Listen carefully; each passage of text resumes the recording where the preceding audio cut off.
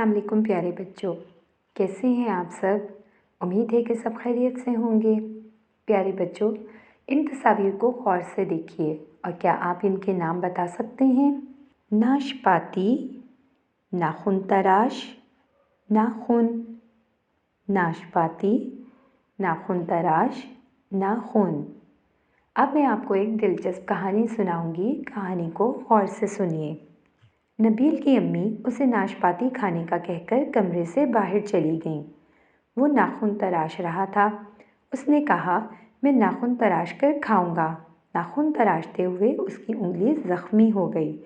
वो दर्द से चिल्लाने लगा। उसकी बहन नादिया शोर सुनकर उसकी मदद को दौड़ी। प्यारे बच्चों, क्या आपने गौर किया इस कहानी में मौजूद चंद अल्फाज की बुनियादी आवाज़ एक सी है। ज़रा गौर से सुनिए। नाशपाती, नाखून तराश, नाखून।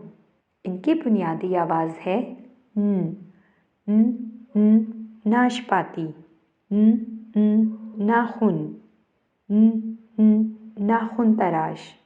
प्यारे बच्चों, जिस तरह बिल्ली की आवाज़ है म्याऊं म्याऊं और कव्वे की आवाज़ है काएं काएं, इसी तरह हरूफ तहज्जी के हर्फ नून की बुनियादी आवाज़ है न।